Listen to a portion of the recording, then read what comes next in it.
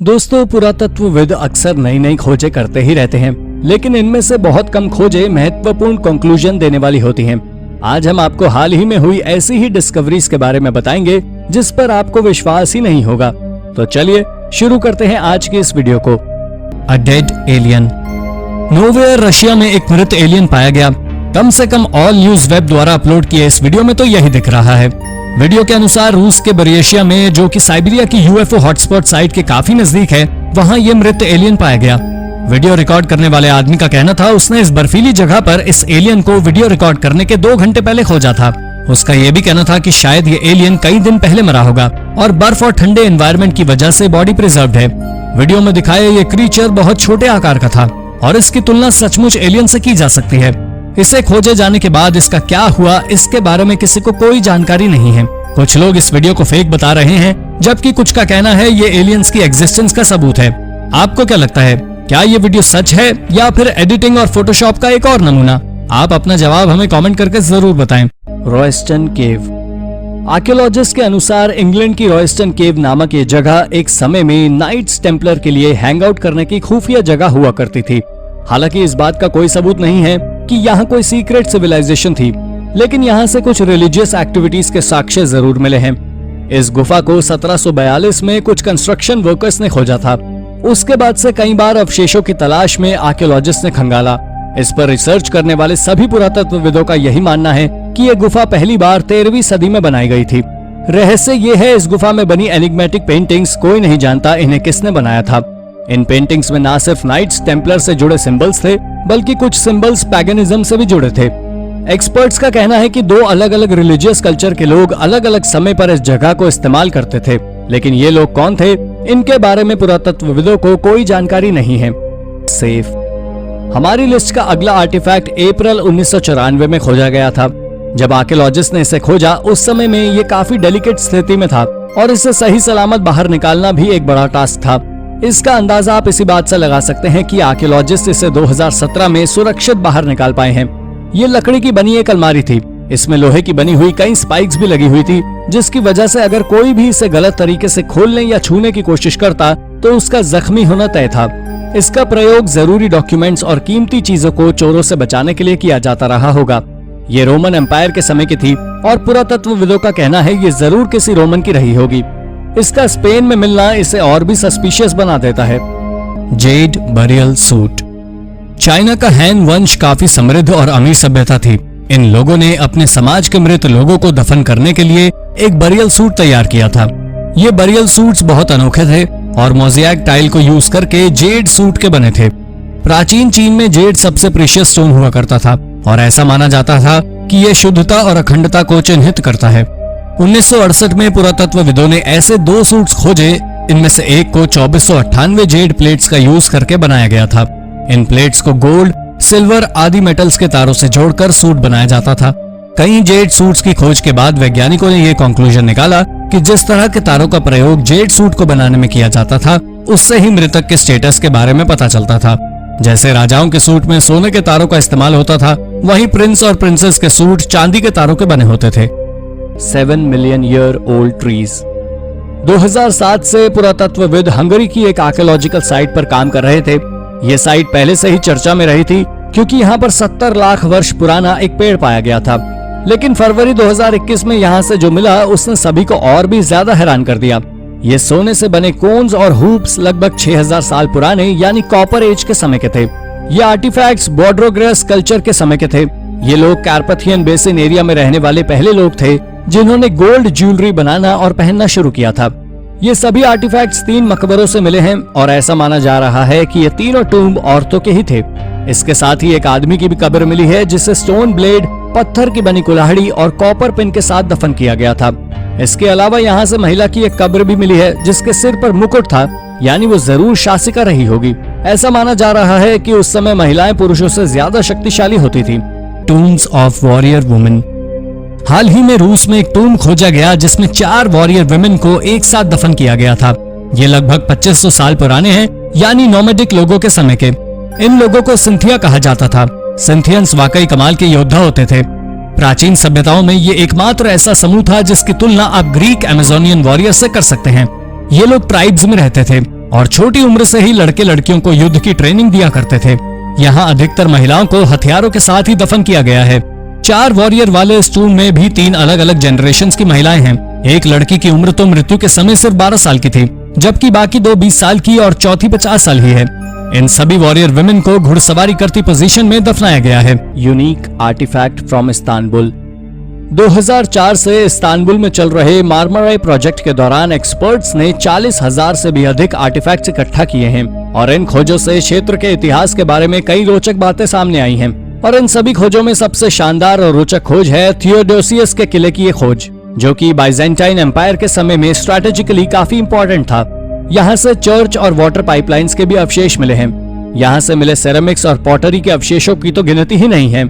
मार्मराई project का असल उद्देश्य एशिया और यूरोप को जोड़ने वाला एक रेल मार्ग बनाने का था, लेकिन अब सरकार का पहला उद्देश्य ये सभी आर्टिफैक्ट्स इकट्ठे करना है और कोई नहीं जानता इसमें कितना समय लगेगा, क्योंकि अभी भी यहाँ हर दिन कुछ नया खोजा जा रहा है, जिसमें सबसे रीसेंट डिस्कवरी है 36 जहाजों के अवशेष। कमाल की बात यह है कि शिप्स में आज भी उनकी सेल अटैच्ड है। ये सभी अवशेष 5th से 11th सेंचुरी के बीच के हैं। Strange whole in a bear school. हाल ही में इमाने केव्स में रिसर्चर्स को केव बेयर का एक स्कल मिला। इस स्कल की अजीब बात यह है कि इसमें पीछे की तरफ एक होल है, लेकिन ये होल कैसे आया? ये स्कल 35,000 साल पुराना है। साइंटिस्ट का कहना है कि शायद किसी ने भाले से इसका शिकार किया होगा और इसी वजह से इसके सिर में ये होल हुआ। क्या सचमुच हमारे पूर्वज 35,000 साल पहले केव बेयर्स जैसे खतरनाक शिकारियों का शिकार किया करते थे? और अगर इस बेयर के स्कल का ये होल वाकई शिकार की वजह से था, तो मनुष्य के केव बेयर के शिकार का यह पहला उदाहरण हो सकता है।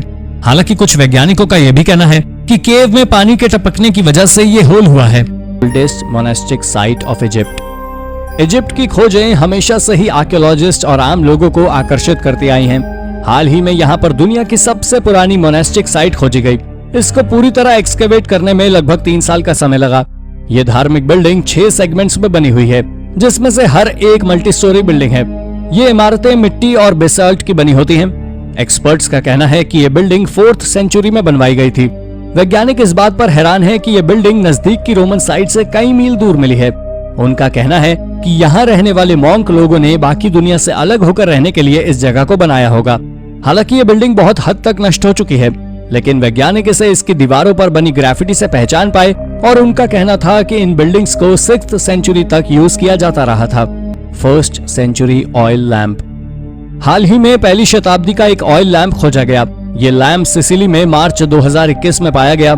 ये लैंप न सिर्फ बुरी तरह डैमेज था, बल्कि इसके कई हिस्से भी गायब थे।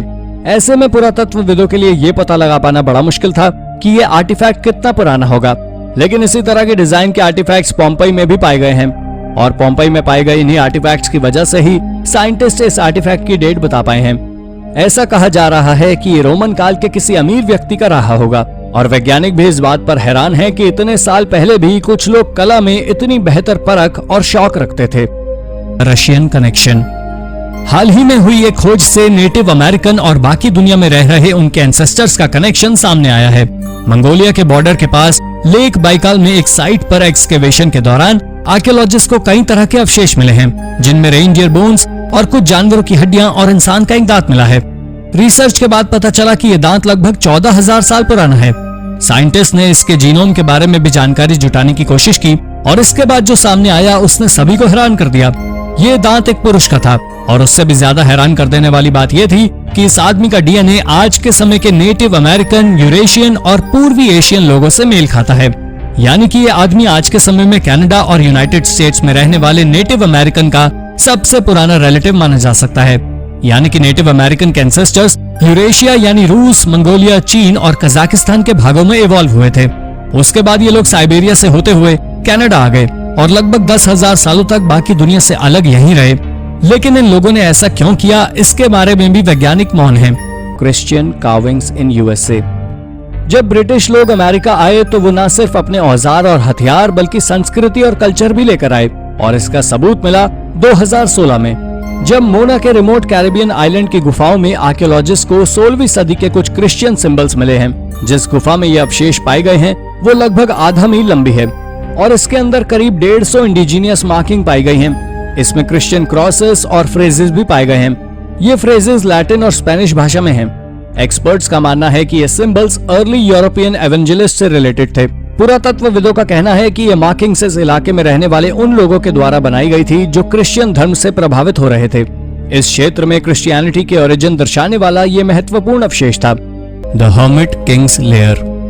एक समय में एक निष्कासित एंजेलो सैक्सन राजा के रेफ्यूजी के तौर पर यूज की जाने वाली इंग्लैंड की ट्रेंट नदी के पास स्थित एंकर चर्च के नाम से जानी जाने वाली इस साइट, इस केव हाउस को लगभग 1200 साल पहले इयर्डवुल्फ नाम के राजा के लिए बनाया गया था, जिसे 806 एडी के दौरान अनजान कारणों से निष्कासित कर दिया गया था।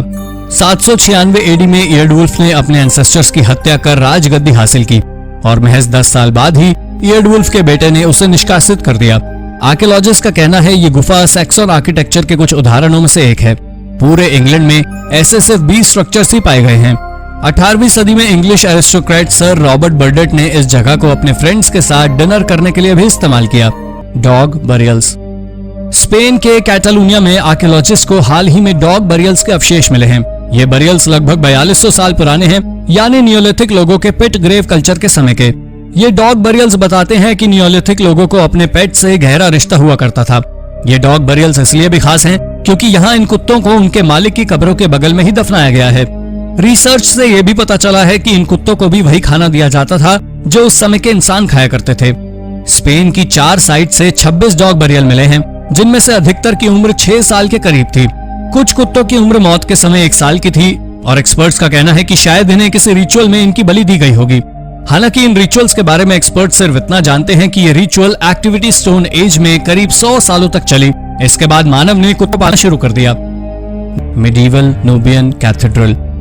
ओल्ड डंगोला में काम कर रही एक पॉलिश आर्कियोलॉजिस्ट की एक टीम ने रिमोट सेंसिंग टेक्नोलॉजी की टीम ने सूडान का सबसे पुराना नुबियन चर्च खोज निकाला है। इसे 6वीं सदी के मध्य के समय का माना जा रहा है। साइंटिस्ट का कहना है कि यह उस समय की सबसे पावरफुल कम्युनिटी थी। इस साइट पर आर्कियोलॉजिस्ट को एप्स वॉल्स मिली, जिन्हें बड़े आकार की कलाकृतियों से डेकोरेट किया गया है। इसके साथ ही यहाँ पर एक बड़े डोम के शेप का एक मकबरा भी मिला है, जिसके बारे में ऐसा माना जाता है कि ये किसी आर्क बिशप का बरियल टूम है। इसकी चौड़ाई 26 मीटर है, जबकि लंबाई एक 3 स्टोरी बिल्डिंग जितनी होगी। इस जगह पर 1964 से एक्सकेवेशन कार्य जारी है, पर वैज्ञानिक आज भी इसे बनाने का एग्जैक्ट समय नहीं पता लगा पाए हैं। आर्कियोलॉजिस्ट का कहना है कि आने वाले समय में इस जगह से नुबियन कल्चर से जुड़ी कई रोचक तथ्य सामने आ सकते हैं। Stolen Roman frescoes. 1970 में पोम्पई में स्टेबी नाम की जगह पर किसी ने गैर कानूनी रूप से पहली सदी की एक रोमन वॉल फ्रेस्को के 3 टुकड़े चुरा लिए। इन पीसेस में से एक में एक हाथ में ट्रे पकड़कर नाचती हुई औरत का चित्र था, वहीं दूसरी में एक औरत का सिर और तीसरे में बांसुरी बजाते एक चेरुब का चित्र बना था। एक लंबी इन्वेस्टिगेशन के बाद पिछले साल इन्हें रिकवर कर लिया गया। गुलियाना नाम के गांव से भी 2012 में ऐसे ही 3 फ्रेस्कोस बरामद हुए थे। इन अवशेषों को एक खुफिया टनल के द्वारा गैर कानूनी तरीके से स्मगल करने के लिए रखा गया था, लेकिन अच्छी बात यह रही कि पुलिस ने इस रैकेट को इन अवशेष को स्मगल करने से पहले ही पकड़ लिया। इस घटना के बाद सिविटा गुइलियाना में खुदाई की, यहाँ से कई अन्य अवशेष भी पाए गए, लेकिन ज्यादातर अवशेष चोरी हो गए थे, इसलिए वैज्ञानिक किसी भी कंक्लूजन पर नहीं पहुंच पाए। Viking era tombs. 800 एडी से 1050 एडी तक के समय के लिए रही वाइकिंग एरा टाइम पीरियड के लिहाज से भले ही एक छोटा समय हो, लेकिन इसके बावजूद ये यूरोपियन हिस्ट्री का एक बड़ा हिस्सा रहा है और पुरातत्वविदों के लिए हमेशा से आकर्षण का केंद्र रहा है। वाइकिंग्स के बारे में आज भी नई नई जानकारियां सामने आ रही हैं। हाल ही में स्वीडन के सिग्टुना नामक टाउन में 7 वाइकिंग टूम खोजे गए। ये 900 एडी के समय के हैं और इस टूम में 4 एडल्ट और 4 बच्चों के शरीर के अवशेष मिले हैं। ऐसा माना जा रहा है कि इनमें से 2 बच्चे ट्विन माने जा रहे हैं, शायद इसलिए इन दोनों को एक साथ दफन किया गया। इनकी मौत काफी छोटी उम्र में ही हो गई थी। इसके अलावा पुरातत्वविदों को यहाँ से लेदर की बेल्ट भी मिली है, जिसकी फिटिंग्स लोहे की थी। कुछ वाइकिंग्स के मुंह में चांदी का सिक्का भी मिला है। एक्सपर्ट्स का कहना है इस क्षेत्र के वाइकिंग्स के बीच ये काफी कॉमन प्रैक्टिस थी। ये वाइकिंग टूम सिग्टुना के सबसे पुराने क्रिश्चियन बरियल्स हैं। Pine horde. आज के समय में रूस में स्थित फैनेगोरिया नाम का प्राचीन शहर बॉस्पोरन किंगडम के समय में काफी अमीर और समृद्ध शहर था और यही वजह रही कि सदियों तक इस शहर में तमाम लोगों ने इसे लूटने के लिए हमले किए। इस पर हमला करने वालों में हंस, टर्क्स तथा अन्य कई समुदाय शामिल हैं। 6वीं सदी के मध्य में यहाँ पर एक लूट हुई जिसमें यहाँ के किसी व्यक्ति ने अपना सारा खजाना रख कर जला दिया। हाल ही में पुरातत्वविदों ने इसे खोजा और इसमें 80 ब्रॉन्ज कॉइन्स थे। इन सिक्कों में 3री सदी के आखिर और 4थी सदी के शुरुआती बॉस्पोरन राजा के चित्रों को उकेरा गया था। Roman road. हाल ही में हुई एक रोमन रोड की खोज ने पुरातत्वविदों को भी हैरानी में डाल दिया। इस खोज के बाद पुरातत्वविदों का कहना है कि 5th सेंचुरी में हुई इस शहर की ऑफिशियल खोज के काफी पहले ही ये शहर बस चुका था। यानी वेनिस इक्गुन नाम की जो जगह आज डूब चुकी है, रोमन काल में वहां बसती थी। हालांकि एक्सपर्ट्स को भी यहाँ रहने वाले लोगों की पॉपुलेशन के बारे में जानकारी नहीं थी। हाल ही में हुई एक रिसर्च में सामने आया है कि ट्रिपोर्टी चैनल पर 12 स्ट्रक्चर्स हैं, जिनकी ऊंचाई लगभग 3 मीटर है। वहीं इनकी लंबाई 53 मीटर के करीब होगी। वहीं स्कूबा डाइवर्स ने 4 अन्य स्ट्रक्चर्स खोजे हैं जो 4 मीटर ऊंचे और 135 मीटर लंबे हैं। यानी शायद अब जलमग्न हो चुके ट्रिपोर्टी चैनल पर एक बसा बसाया सेटलमेंट था जिसे खोजा जाना बाकी है। Demonic skull and Nazi briefcase. हाल ही में रशियन रिमोट रेंज में एक अजीब सा दिखने वाला स्कल पाया गया। यह किसी भी नॉन स्पीशीज के स्कल जैसा नहीं है। वैज्ञानिक इसकी तुलना किसी एलियन स्पीशीज से कर रहे हैं। इसके अलावा कुछ समय बाद इसी जंगल में एक ब्रीफकेस पाया गया जिसमें नाजी सीक्रेटिव इंस्टीट्यूट का लोगो बना हुआ था। लोगों ने इस ब्रीफकेस और स्कल के बीच कनेक्शन ढूंढना शुरू कर दिया। जैसा कि हम सभी जानते हैं कि हिटलर और उसके दोस्त एलियन से काफी इंप्रेस थे और उनसे कांटेक्ट करने को आतुर भी। तो क्या यह सचमुच किसी एलियन का स्कल था या फिर कोई विलुप्त हो चुकी स्पीशीज जिसके बारे में हम नहीं जानते? उस समय रूस के इन जंगलों में क्या चल रहा था, ये अब एक बड़ा रहस्य बन गया है। Submarine hideout. हाल ही में रूस में एक सबमरीन हाइडआउट खोजा गया। वैसे तो इसे ग्रेट वॉर के अंत समय में सोवियत यूनियन द्वारा बनाया गया था, लेकिन इसे कभी इस्तेमाल नहीं किया गया। इसका कंस्ट्रक्शन 1960 में शुरू हुआ था और 1980 में इसे बनाने का कार्य थोड़ा धीमा पड़ गया और फिर यह कभी खत्म नहीं हुआ। इसमें 2 बड़ी पैरेलल टनल्स को छोटी छोटी टनल से जोड़ा गया है। ऐसा बताया जा रहा है कि ये हाइडआउट इंडिस्ट्रक्टिबल है और न्यूक्लियर बॉम्ब का सीधा वार सह सकता है। Oldest salt making facility. नमक का इस्तेमाल तो हम सभी करते हैं, लेकिन क्या आपको पता है सबसे पहले नमक का निर्माण कब और कहां शुरू हुआ? खैर, बाकी दुनिया के बारे में तो हम नहीं जानते, लेकिन मार्च 2021 में पुरातत्वविदों ने यॉर्कशायर इंग्लैंड में एक 6000 साल पुरानी नमक बनाने वाली फैक्ट्री ढूंढ ली है। आर्कियोलॉजिस्ट का कहना है कि ये यूरोप की सबसे पुरानी नमक बनाने वाली फैक्ट्री थी। ये नियोलिथिक एरा के शुरुआती समय की फैक्ट्री है। इसके अलावा इस साइट से पुरातत्वविदों को स्टोन, फ्लिंट और सेरेमिक भी मिले हैं। इन आर्टिफैक्ट्स का डिजाइन फ्रांस में मिले उसी समय के आर्टिफैक्ट्स जैसा ही है। ये बात सालों से चली आ रही इस मान्यता की पुष्टि करती है कि यॉर्कशायर में रहने वाले नियोलिथिक लोग फ्रांस से आए थे। Ancient necropolis. मॉस्को के नजदीक एक 4500 साल पुराना नेक्रोपोलिस पाया गया। इस नेक्रोपोलिस के भीतर रूस की एक रहस्यमय सिविलाइजेशन फातेह-नोवो कल्चर के लोगों की कब्रें थी और यही वजह थी कि ये खोज आर्कियोलॉजिस्ट के लिए बहुत महत्वपूर्ण है, क्योंकि इन अवशेषों की मदद से उन्हें इस सिविलाइजेशन के कई रहस्य को सुलझाने में मदद मिल सकती है। ये लोग पहले रशियन किसान थे। इनकी कब्रों में रिसर्चर्स को बैटल एक्सेस, स्पीयर, कई एरोहेड्स आदि भी मिले हैं। ये कल्चर 2900 बीसी के दौरान शुरू हुआ और करीब 900 सालों तक रूस में फला फूला। हालांकि साइंटिस्ट के लिए इन लोगों के बारे में ज्यादा कुछ बता पाना संभव नहीं है, क्योंकि ये लोग अपनी कब्रें रेत में बनाते थे जहां हजारों सालों तक कुछ भी प्रिजर्व नहीं रहता। Mystery holes in the ground. Siberian tundra में कुछ बड़े आकार के होल्स दिखाई दे रहे हैं। कुछ क्रेटर्स तो 30 मीटर गहरे और 18 मीटर चौड़े हैं और कमाल की बात यह है कि ये परफेक्टली सर्कुलर शेप के हैं। पहले तो साइंटिस्ट समझ ही नहीं पा रहे थे कि ये गड्ढे यहाँ कैसे आए और इनका यूज क्या था, लेकिन ऐसा नहीं था। असल में ये गड्ढे मीथेन गैस इवॉल्व होने की वजह से हुए थे।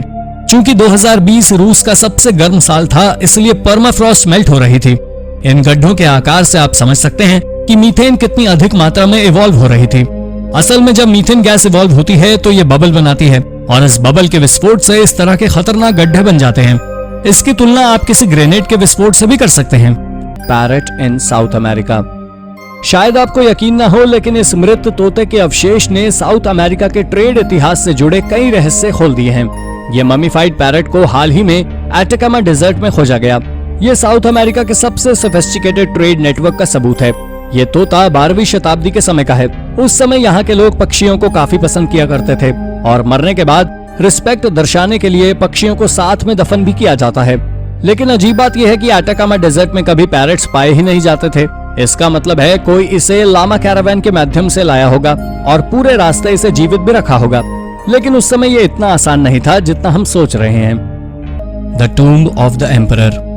टेराकोटा आर्मी के बारे में तो आप सभी ने सुना होगा। ये अब तक की सबसे रोमांचक खोज है, लेकिन बहुत से लोग जो एक बात नहीं जानते हैं वो ये कि टेराकोटा आर्मी का ये टूम्ब ऐसी कई कब्रों में से एक है। टेराकोटा आर्मी चाइना के पहले एम्परर क्विन शी हुआंग के टूम्ब का हिस्सा है। हाल ही में इसके पास से हान डायनेस्टी के शासक जिंग का टूम खोजा गया। ऐसा माना जाता है कि जिंग एक जिद्दी और निर्दयी था, जिसने एक बार बोर्ड गेम में अपने कजन को पीट पीट कर जान ले ली थी। लेकिन ऐसा भी कहा जाता है कि उसने टैक्सेस भी कम किए थे और अपना राजकाज भी अच्छे से संभाला। इसका मतलब ये भी हो सकता है कि उसका कजन ये डिजर्व करता हो। जहां एक तरफ टेराकोटा आर्मी में सिर्फ 8,000 सैनिक थे, वहीं जिंग को 40 से 50,000 सैनिकों के साथ दफनाया गया। न सिर्फ ये वॉरियर बल्कि जिंग के साथ फिगरिन, डांसर्स, जानवर आदि को भी दफन किया गया था।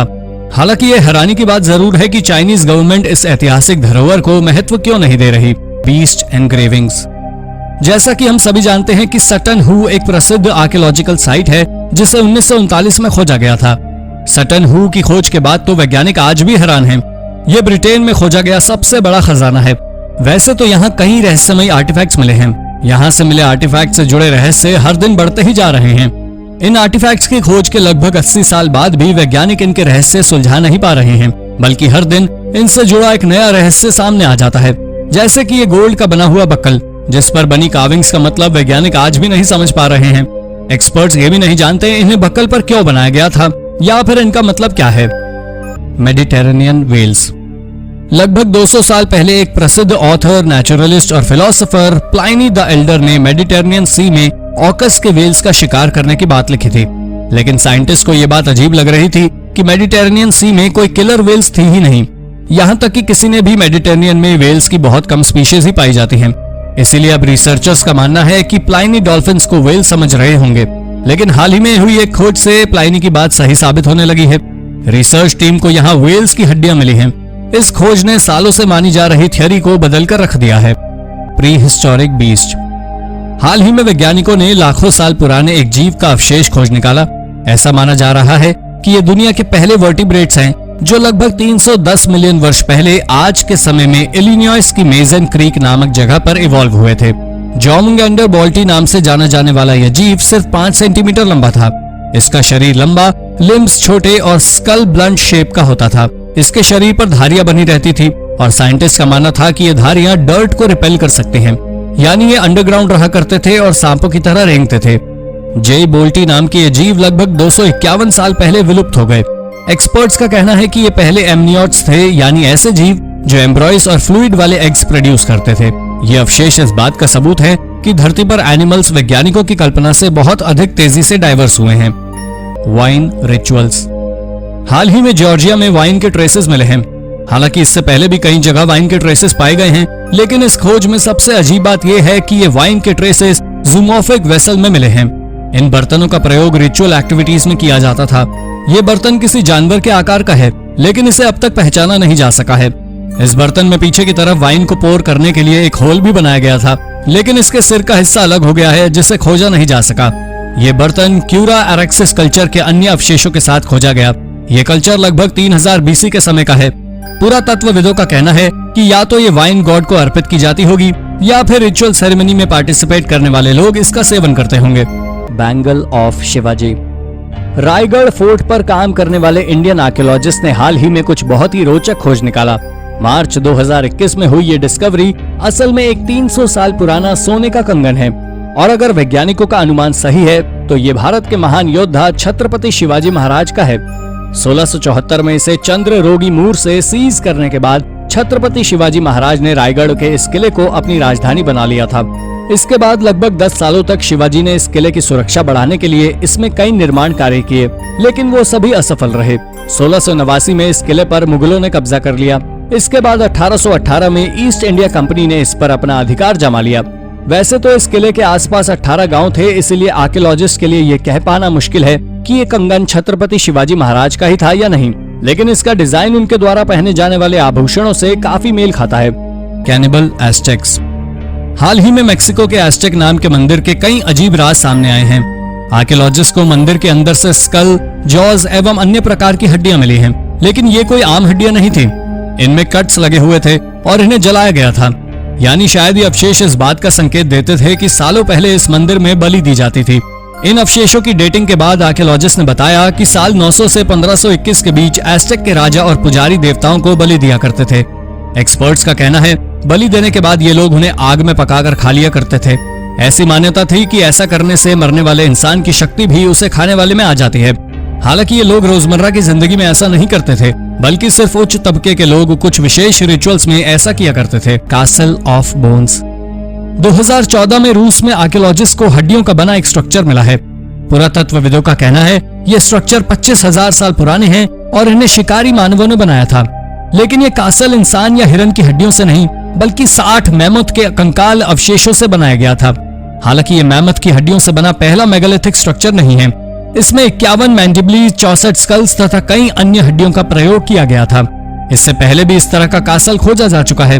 हालांकि यहाँ पर कोई और एनिमल बोन नहीं मिली है, इसीलिए एक्सपर्ट्स का कहना है यहाँ इंसान रहते नहीं थे, बल्कि इसे किसी तरह की मीटिंग या सेरेमनीज के लिए यूज किया जाता रहा होगा। Ancient Egyptian worship. लगभग 2400 साल पहले हेराक्लियन नाम का यह शहर इजिप्ट का सबसे बड़ा मेडिटेरेनियन पोर्ट हुआ करता था। आज की तारीख में इसके रुइंस अबू क्वेर बे में डूब चुके हैं। हाल ही में वैज्ञानिकों को एक रॉकेट वॉरशिप मिला जो हेराक्लियन के नष्ट होने के कुछ समय पहले का ही था। एक टूटे हुए मंदिर के नीचे लगभग मिट्टी के 5 मीटर अंदर दबा हुआ मिला यह शिपरेक इस बात को ध्यान में रखकर बनाया गया था कि यह अच्छी स्पीड गेन कर सके। इसकी लंबाई लगभग 25 मीटर थी और इसका हल इसकी चौड़ाई का लगभग 6 गुना था, जिससे ये पता चलता है कि ये क्विकली मूव कर सकता था और इसे कार्गोज या पैसेंजर्स को ढोने के लिए नहीं बनाया गया था। रिसर्चर्स का कहना है कि इस शिप को नाइल नदी में चलाने के लिए बनाया गया था। हेराक्लियन ग्रीक और इजिप्ट के कल्चर का मिक्सचर था और इस शिप में भी इस बात की झलक देखने को मिलती है। पुरातत्वविदों का कहना है कि हेराक्लियन सुनामी और भूकंपों की वजह से नष्ट हुआ था। An ancient buried church. हाल ही में रूस में जमीन के अंदर दफन एक स्ट्रक्चर खोजा गया। ऐसा कहा जा रहा है कि यह दुनिया का सबसे पुराना चर्च है। यह स्ट्रक्चर नरियान कला के किले के पास पाया गया है। यह साइट 300 एडी के समय की है। जमीन के लगभग 11 मीटर नीचे यह चर्च पाया गया, लेकिन दुख की बात यह है कि यह साइट पहले से ही यूनेस्को वर्ल्ड हेरिटेज साइट है, इसीलिए आर्कियोलॉजिस्ट यहाँ खुदाई नहीं कर सकते और शायद ये चर्च हमेशा के लिए रहस्य ही बनकर रह जाएगा। आर्कियोलॉजिस्ट का अनुमान है कि ये एक ज़ोरोएस्ट्रियन फायर टेम्पल हो सकता है या फिर कोई क्रिश्चियन चर्च भी। साइंटिस्ट ने एक स्पेशल स्कैनर की मदद से इसका एक इमेजिनरी स्ट्रक्चर बनाने की कोशिश की है। ये एक क्रॉस के स्ट्रक्चर का बना हुआ है। हालांकि इससे भी वैज्ञानिक को विशेष जानकारी नहीं जुटा पाए हैं। अगर ये सचमुच एक चर्च है तो ये 2000 साल पुराना चर्च दुनिया का सबसे पुराना चर्च हो सकता है। The lady of Cao. Lady of Cao Peru की सबसे शक्तिशाली महिला थी। हाल ही में पेरू में लेडी ऑफ काओ नाम की एक महिला का मकबरा खोजा गया। पुरातत्वविदों का कहना है कि यह महिला मौका सिविलाइजेशन की पहली महिला थी जिसने पूरे देश पर राज किया था। लेडी ऑफ काओ का मकबरा बहुत शानदार बनवाया गया था, लेकिन 1700 सालों तक किसी को इसके बारे में पता ही नहीं था। हाल ही में पुरातत्वविदों ने इसे खोज निकाला है। ये टूम काओ वीजो नाम के मंदिर में पाई गई है। उसके टूम में ज्वेलरी के साथ और काफी सामान दफनाया गया था। उसके साथ 2 पादरी, 2 बॉडीगार्ड और एक टीनेज लड़की को भी दफन किया गया था ताकि ये मौत के बाद उसकी सेवा कर सकें। लेडी ऑफ काओ एक उदाहरण है कि जितना हम पहले सोचते थे उससे कई साल पहले से महिलाएं राज करती आ रही हैं। Viking age mysteries. हमारी इस लिस्ट में अगला नंबर है नॉर्वे में मिली इन रहस्यमय वाइकिंग खोजों का। हाल ही में आर्कियोलॉजिस्ट को नॉर्वे से 15 बरियल मून्स और 32 कार्व्ड खाइयां मिली हैं। पुरातत्वविदों को इन्हें खोजने के लिए ग्राउंड पेनिट्रेटिंग रडार का इस्तेमाल करना पड़ा। ग्राउंड पेनिट्रेटिंग रडार को आप प्लैनेट्स की एक्सरे मशीन कह सकते हैं। रडार की मदद से वैज्ञानिकों ने देखा कि लगभग 3 मीटर की गहराई में वाइकिंग रहस्यों का पूरा खजाना है। आर्कियोलॉजिस्ट का कहना है कि ये बरियल 650 से 950 एडी के बीच के हैं। इसी समय को वाइकिंग एज कहा जाता है, लेकिन किसी को भी इस बात का कोई अंदाजा नहीं है कि इन कब्रों में किसे दफन किया गया होगा। रडार में एक शिप बरियल भी देखा गया जिसमें कई ह्यूमन बोन्स हैं, लेकिन बर्फ की परत इतनी मोटी है कि शायद इन अवशेषों को बाहर निकालना कभी संभव हो और वाइकिंग एज के रहस्य हमेशा के लिए अनसुलझे ही रह जाएंगे। द ओल्डेस्ट शू। हाल ही में जर्मन बॉग में पुरातत्वविदों को एक जूता मिला, लेकिन ये कोई आम शू नहीं था। ये 2000 साल पुराना जूता था। वैज्ञानिकों का कहना है कि यह जूता किसी के पैर से फिसलकर कीचड़ में फंस गया होगा और कीचड़ में पड़े रहने की वजह से ही ये प्रिजर्व था। यह जूता जानवर के चमड़े से बना हुआ था और इसे बंद करने के लिए इसमें चमड़े का ही स्ट्रैप लगा हुआ था। इसके साथ साथ इस जगह से आर्कियोलॉजिस्ट को एक सामान लाने ले जाने वाली गाड़ी का पहिया भी मिला है। एक्सपर्ट्स का कहना है ऐसा हो सकता है इस जगह किसी तरह का एक्सीडेंट हुआ हो जिसमें गाड़ी का पहिया निकल गया हो और इससे सही करते हुए इस आदमी का जूता निकल गया हो। बॉग के एसिडिक नेचर की वजह से ये शू बहुत अच्छी तरह संरक्षित है। ये जर्मनी में पाया गया सबसे पुराना जूता है। Stone age रेव्स। अगर मैं आपसे कहूं हमारे पूर्वज भी म्यूजिक बजाकर डांस पार्टीज किया करते थे तो शायद आप विश्वास नहीं करेंगे, लेकिन ये सच है।